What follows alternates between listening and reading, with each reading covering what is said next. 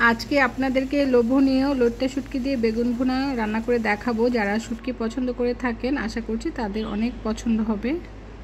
Hi everyone, আসসালামু আলাইকুম। আশা করছি সবাই সুস্থ সুন্দর আছেন। আমরা আলহামদুলিল্লাহ মোটামুটি ভালো আছি। কোরবানি ঈদের পর থেকে আমাদের প্রায় প্রতিদিনই মাংসই খাওয়া হচ্ছে। মাংস খেতে খেতে নিশ্চয়ই অনেকেই বোর হয়ে গিয়েছেন। মাঝে মাঝে দেখা যায় যে কিছু কিছু লোভনীয় খাবার আমরা খেতে পছন্দ করি, সেই লোভনীয় খাবারগুলো ঝটপট করে রান্না করা হয় না। তো তেমনি আমি আজকে লোভনীয় বেগুন দিয়ে লইট্টা শুটকি ভুনা করব, সেটা আমি আপনাদের সঙ্গে শেয়ার করব। আশা করি আপনাদের এভাবে রান্না করে খেয়ে দেখবেন, অনেক অনেক ভালো লাগবে। প্রথমে পাত্রে তেল দিয়ে নিয়েছি, আর আগে থেকে সব কিছু কেটে গুছিয়ে আমি রান্নাটা স্টার্ট করি। আর এই লইট্টা শুটকির সঙ্গে বেগুন আলু দিয়ে যে ভুনাটা, সেটা আমারও অনেক পছন্দ, পাশাপাশি আমার হাজব্যান্ডও পছন্দ করে। যেহেতু আমি রান্না করছি সেই কারণে ভাবলাম আপনাদের সঙ্গে শেয়ার করি। তেলে পেঁয়াজ কুচি দিয়ে নিয়েছি, পেঁয়াজটা একটু বেশি দেওয়ার চেষ্টা করবেন। তার সঙ্গে দিয়ে দিয়েছি রসুনের পেস্ট, আর পাশাপাশি পেঁয়াজের পেস্ট, যেহেতু গ্রেভি হবে সেই কারণে। তার সঙ্গে দিয়ে দিব হলুদের গুঁড়া, তারপর মরিচের গুঁড়া, তার সঙ্গে দিব ধনিয়ার গুঁড়া, পাশাপাশি দিব স্বাদ মতো লবণ। সব কিছু দিয়ে ভালো করে নেড়ে নিতে হবে। মশলা দিয়ে খুব ভালোভাবে কষিয়ে নিতে হবে। যদি দেখেন ফ্রাই প্যানের তলায় লেগে যায় তাহলে সামান্য পরিমাণ পানি দিয়ে কষিয়ে নেবেন। খুব ভালো করে মশলাটাকে কষিয়ে নিতে হবে। এখন দিয়ে দিচ্ছি লইট্টা শুটকি। লইট্টা শুটকিটাকে কিন্তু আমি কেটে হালকা ভেজে ভালো করে ধুয়ে নিয়েছি। হালকা ভেজে নিলে কাঁচা কাঁচা শুটকির স্মেলটা থাকে না। তার সঙ্গে দিয়ে দিলাম এখন মিষ্টি আলু আর গোল আলু কিউব করে কেটে নিয়েছিলাম, সেটা দিয়ে দিয়েছি। সঙ্গে মিষ্টি আলু দিয়েছি, একটু টেস্টটা ডিফারেন্ট হবে, এটা অপশনাল। আপনারা ইচ্ছে করলে শুধু গোল আলু দিয়ে করতে পারেন। তবে গোল আলুর সঙ্গে মিষ্টি আলুটা দিলে একটু মিষ্টি মিষ্টি লাগে, খেতে বেশ ভালো লাগে। রান্না করে একবার খেয়ে দেখবেন, আশা করি খুব ভালো লাগবে। তা আমার এই রান্নাটা খুব ভালো হয়, যারাই খেয়েছে প্রশংসা করেছে, সেই কারণে আমি আজকে রান্না করছি, আপনাদের সঙ্গে শেয়ারও করছি। আলুগুলোকে কষিয়ে আমি সামান্য পরিমাণ গরম পানি দিয়ে ঢেকে দিয়েছিলাম 5 মিনিটের জন্য।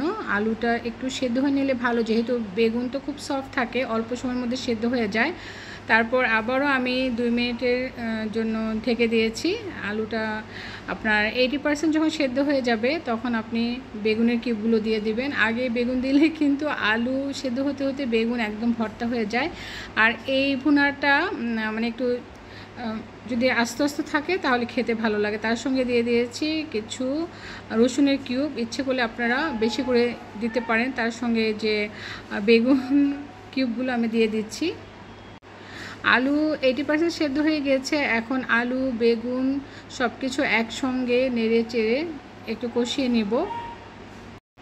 উল্টে পাল্টে ভালো করে নেড়ে চেড়ে কষিয়ে নিতে হবে, যাতে মশলা সবজির গায়ে সুন্দরভাবে লেগে যায়। আমি এখানে আর কোনো পানি ইউজ করব না। ঢেকে দিয়েছি, আমি 5 মিনিটের জন্য ঢেকে দিলাম। ঢাকনাটা খুলে আবার নেড়ে চেড়ে উল্টে পাল্টে দিচ্ছি। খুব ভালো করে উল্টে পাল্টে দিতে হবে। তারপর আবারও আমি 3 মিনিটের জন্য ঢেকে দেব। তার আগে দিয়ে দিয়েছি কাঁচামরিচ। কাঁচামরিচের ফ্লেভারটা কিন্তু শুটকিতে বেশ লাগে। কাঁচামরিচটা কিন্তু অবশ্যই আপনারা ইউজ করবেন। আর লাল মরিচ কম দিলে আপনারা কাঁচামরিচটা বেশি ইউজ করতে পারেন। তারপরও ঢেকে দিলাম 3 মিনিটের জন্য। বেগুন আলু খুব সুন্দরভাবে সেদ্ধ হয়ে গিয়েছে। এখন আর ঢাকবো না, উল্টে পাল্টে পানি শুকিয়ে ফেলবো। একদম ড্রাই করে ফেললেই খেতে বেশ ভালো লাগে। তো এইভাবে দেখতে পাচ্ছেন যে বেগুন সেদ্ধ হয়ে গিয়েছে, দেখতে কিন্তু আস্তে আস্তে দেখা যাচ্ছে। বেগুন গলানো যাবে না, গলে গেলে ওইভাবে টেস্ট লাগে না। এইভাবে একদম আপনার কিউব কিউব থাকতে হবে, সেই কারণে বেশিক্ষণ ঢেকে রাখবেন না। তো সব কিছু পারফেক্টলি সেদ্ধ হয়ে গিয়েছে। এখন জাস্ট আমি পানিটাকে ড্রাই করে ফেলবো। পানি পানি থাকলে কিন্তু খেতে ভালো লাগবে না। ড্রাই করে একদম সুন্দরভাবে ছড়িয়ে দিবেন। তার উপর একদম ফ্রেশ ধনিয়া পাতা কেটে কুচি কুচি করে সুন্দরভাবে দিয়ে দিবেন। ধনিয়া পাতার ফ্লেভারটা শুটকির মধ্যে কিন্তু এত ভালো লাগে যে কি আর বলবো, আমার তো অনেক পছন্দ। আমি বেশিরভাগ রান্নায় ধনিয়া পাতা ইউজ করি। তো একটু লবণের পরিমাণ কম ছিল, এখন লবণটা দিয়ে উল্টে পাল্টে আবারও মিশিয়ে নিব। এই তো আমার লইট্টা বেগুন শুটকি ভুনা হয়ে গিয়েছে। একদম পানিটা কিন্তু শুকিয়ে গিয়েছে। শেষ পর্যায়ে আপনি ধনিয়া পাতাটা সুন্দর করে ছড়িয়ে দিবেন যাতে ফ্লেভারটা একদম ফ্রেশ থাকে। সেক্ষেত্রে আমি বলবো যে একদম মানে ধনেপাতাটা দিয়েই চুলাটা বন্ধ করে দিবেন, বেশিক্ষণ আপনি চুলায় রাখবেন না, তাহলে ফ্লেভারটা খুব ভালো থাকবে। এই তো কমপ্লিট হয়ে গেল আমার বেগুন দিয়ে লইট্টা শুটকি ভুনা।